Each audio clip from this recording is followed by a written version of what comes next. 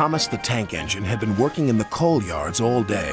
The little blue engine was covered in coal dust. "We can't clean you up tonight, Thomas," said his driver. "There's a problem with the hose pipe."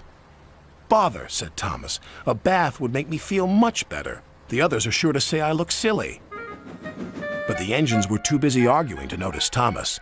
James was talking loudest of all. "I deserve a new coat of paint. Sir Topham Hatt says I'm the pride of the line, and—" "Rubbish," huffed Henry. "We're all the pride of the line." "It's been like this all day," confided Percy to Thomas. "James is getting a new coat of paint and won't stop boasting about it." "Why, James? I'm the one who needs a new coat. Look at me." "I'd rather not," retorted James. "You're not a pleasant sight, and wouldn't understand the needs of a really important engine." Thomas was fuming. Next morning, as James was being repainted, Henry had an accident.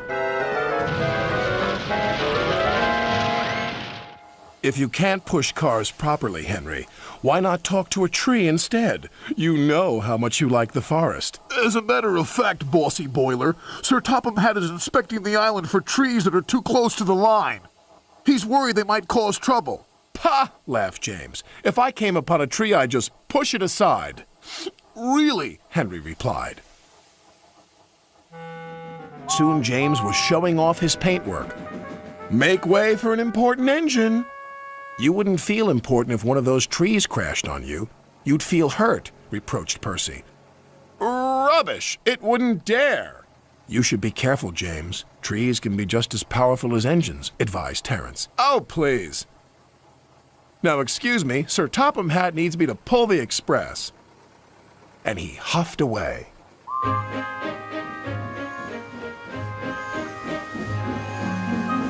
But James was wrong. "You must go to the yards and collect an important goods train, James. It's heavy, so be careful," said Sir Topham Hatt. "But, sir, I've just been repainted. Can't Thomas or Percy do it? They're dirty and like working with freight cars." "Really useful engines don't argue." So James didn't. By the time he arrived at the yards, the weather had changed for the worse. "Your color's nice, James. Pity about your face, though," said a freight car. James ignored them and set off.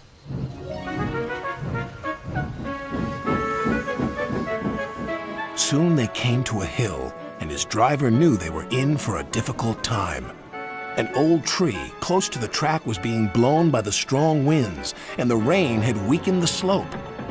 All of a sudden, the tree moved.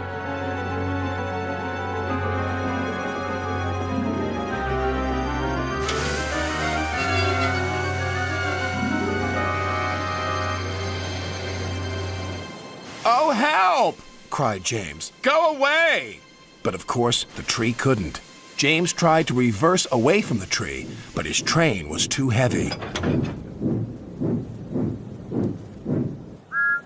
Then he heard a whistle. "It's Thomas," called his driver. James felt embarrassed and worried that Thomas would laugh at him, but Thomas didn't. He knew this was no time for teasing.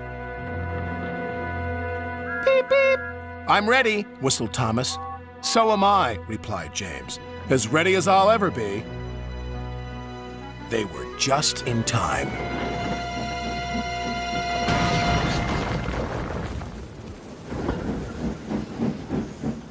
Later, James spoke to Thomas. "Percy and Terence were so right to warn me.